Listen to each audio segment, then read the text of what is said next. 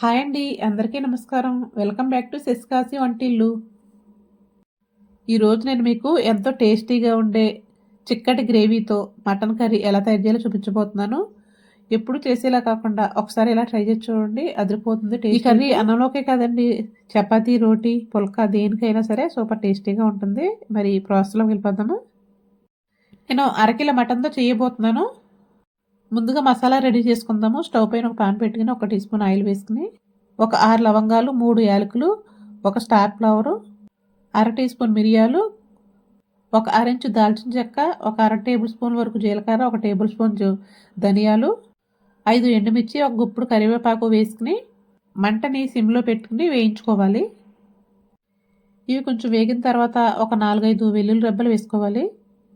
తర్వాత ఒక 5-6 జీడిపప్పులు దించి ముందు వేసుకుని స్టవ్ ఆపేసుకుని కొంచెం చల్లారిన తర్వాత మనం మిక్సీ జార్లో వేసుకుని గ్రైండ్ చేసుకోవాలి, కొంచెం వాటర్ వేసుకుని. ఈ మసాలా ఇలా తయారు చేయడం వల్ల మనకి కర్రీకి టేస్ట్ వస్తుంది.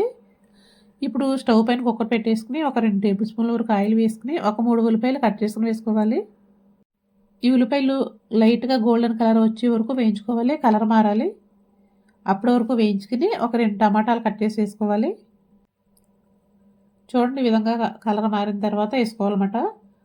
ఇవి కొంచెం మగ్గిన తర్వాత, కొంచెం మెత్తబడిన తర్వాత కడిగి పెట్టుకున్న మటన్ వేసేసుకుందాము. దానికి ముందుగా ఒక టేబుల్ స్పూన్ వరకు అల్లం వెల్లుల్లి పేస్ట్ కూడా వేసుకుని కొంచెం పచ్చివాసన పోయిన తర్వాత మటన్ వేసేసుకుని ఒకసారి బాగా పచ్చివాసన పోయే వరకు వేయించుకోవాలన్నమాట. మంటని మీడియంలో పెట్టుకుని కొంచెం వేగినట్టు వేస్తే కనుక టేస్టీగా ఉంటుంది. 5-6 నిమిషాలు నూనెలో వేగిన తర్వాత మనం తయారు చేసుకున్న మసాలా పేస్ట్ ఉంది కదా, దాన్ని వేసేసుకోవాలి. ఈ మసాలా పేస్ట్లో కూడా ఒక 5 నిమిషాలు వేయించుకోవాలి. అప్పుడు మనకి మసాలా ముక్కలకి బాగా పడుతుంది అన్నమాట. సప్పగా లేకుండా టేస్టీగా ఉంటుంది.